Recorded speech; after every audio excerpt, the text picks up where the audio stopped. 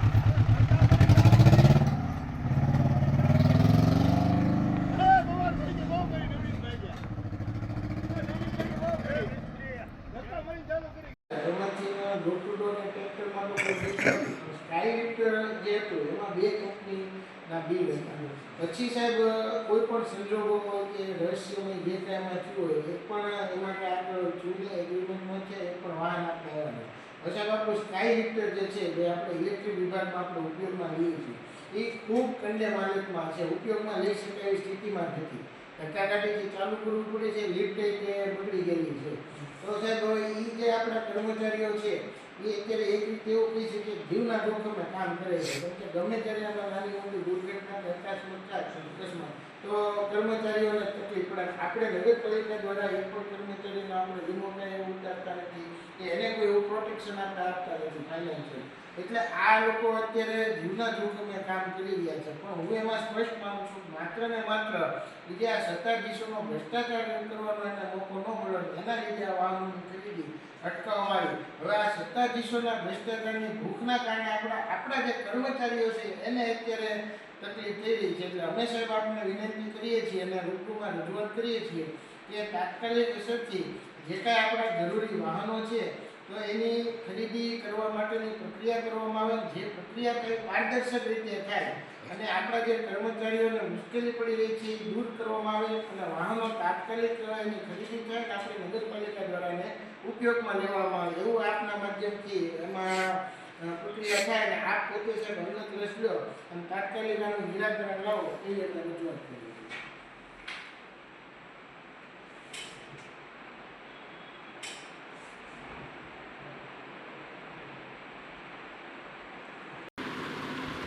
આપના પરિચય સાથે. જયરાજસિંહ મોરી, વિપક્ષ નેતા, શિહોર નગરપાલિકા. શિહોર નગરપાલિકા દ્વારા જે નિયમિત જે કંઈ કામગીરી કરવામાં આવી રહી આ કામગીરીના અનુસંધાને અમુક જે વાહનો કે મશીનરી જે કંઈ કામે લાગતી હોય એમાં કેટલીક મશીનરી કે વાહનો ખરાબ થઈ ગયેલ હોય એની જગ્યાએ નવા વાહનોની જરૂર જણાતા ભૂતકાળમાં જ્યારે ગ્રાન્ટ આવેલી સરકારની ત્યારે સાધારણ સભામાં સર્વાનુમતે કે ભાઈ આપણે વાહનોમાં એ ગ્રાન્ટનો ઉપયોગ કરવો એવું નક્કી કરેલ અને ત્યારબાદ એ માટે એનું જેમ પોર્ટલમાં ટેન્ડર કરવામાં આવેલ. ઓગસ્ટ 2025માં જે ટેન્ડર કરવામાં આવ્યું હતું જેમાં 3 ડોર ટુ ડોર કચરા કલેક્શનની ગાડી, એક ટ્રેક્ટર અને એક સ્કાય લિફ્ટર, જેને આપણે દેશી ભાષામાં જે ઇલેક્ટ્રિક થાંભલા રિપેર કરવા માટે જે ઘોડાવાળી ગાડી કહીએ છીએ એ સ્કાય લિફ્ટર, એટલા વાહનોનું ઓગસ્ટ 2015માં જેમ પોર્ટલ ઉપર ટેન્ડર કરવામાં આવેલું. આ પૈકી જે સ્કાય લિફ્ટરની ગાડી છે ઇલેક્ટ્રિક માટેની, એ માટે બીડ આવેલ અલગ અલગ, અને એ માટે મારુતિ સેલ્સ અને દીપજ્યોત આ કંપનીઓની એમાં બીડ આવેલ. પરંતુ ત્યારબાદ જે કાંઈ પણ થયું હોય અને જે કાંઈ પણ પ્રક્રિયા થઈ હોય અને શંકાસ્પદ સંજોગોમાં બેમાંથી એક પણ કંપનીને કામ આપેલ નહીં અને વાહનની ખરીદી કરેલ નહીં, અને ત્યારથી આજ દિન સુધી આ બધા વાહનો વિના સિવર નગરપાલિકાનું કામ ચાલુ રહેવામાં આવ્યું છે. જે સ્કાય લિફ્ટર છે કે જે ઇલેક્ટ્રિક વાહનનો ઘોડો છે એ ખૂબ ખરાબ હાલતમાં હોય, ગાડી પણ ખરાબ હાલતમાં હોય. આ અંગે અવારનવાર અમે રજૂઆત કરેલ, મીડિયામાં પણ એને એક વખત અહેવાલ આવી ગયેલ, પણ માત્ર ને માત્ર જે આ સત્તાધીશોની જે કાંઈ પણ એમાં ગણતરી હોય અને એની જે કાંઈ શંકાસ્પદ આમાં વૃત્તિ રહી હોય અને એના લીધે હજી સુધી એ ગાડીઓ આવેલ નથી. હવે જ્યારે ઇલેક્ટ્રિકની ગાડી આપણે જોઈએ છીએ, વાયરિંગનું કામ કરવાનું હોય, ખૂબ જોખમી કામ હોય છે, અને નગરપાલિકાના કર્મચારીઓ એક રીતે આપણે કહી શકીએ જીવના જોખમે કામ કરી રહ્યા છે, પણ આ જે જીવના જોખમે એને કામ કરવું પડે છે એ માત્ર ને માત્ર આ સત્તાધીશોના ભ્રષ્ટાચારની ભૂખ અને એની બેદરકારીના લીધે અમને કામગીરી કરવી પડે છે.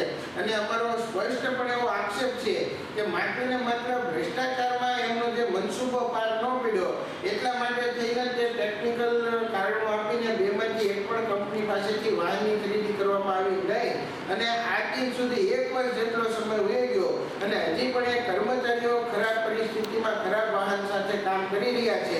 તો શું આ નગરપાલિકાના સત્તાધીશોને એટલી બધી ભ્રષ્ટાચારની ભૂખ છે કે એના કર્મચારીઓના જીવના જોખમની પણ એને પરવા નથી?